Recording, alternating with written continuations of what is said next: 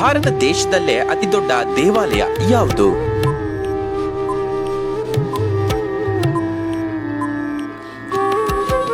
ರಂಗನಾಥ ಸ್ವಾಮಿ ದೇವಾಲಯ.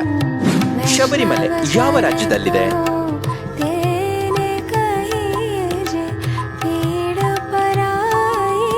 ಕೇರಳ. ಭಾರತ ದೇಶದಲ್ಲೇ ಅತಿ ಹೆಚ್ಚು ಬಂಗಾರ ಉತ್ಪಾದಿಸುವಂತಹ ರಾಜ್ಯ ಯಾವುದು?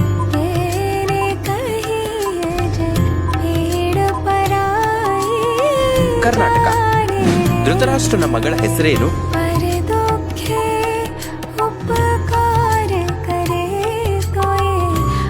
ದುಸ್ಸಲ. ಖಂಡಗಳಲ್ಲೇ ಅತಿ ಚಿಕ್ಕ ಖಂಡ ಯಾವುದು?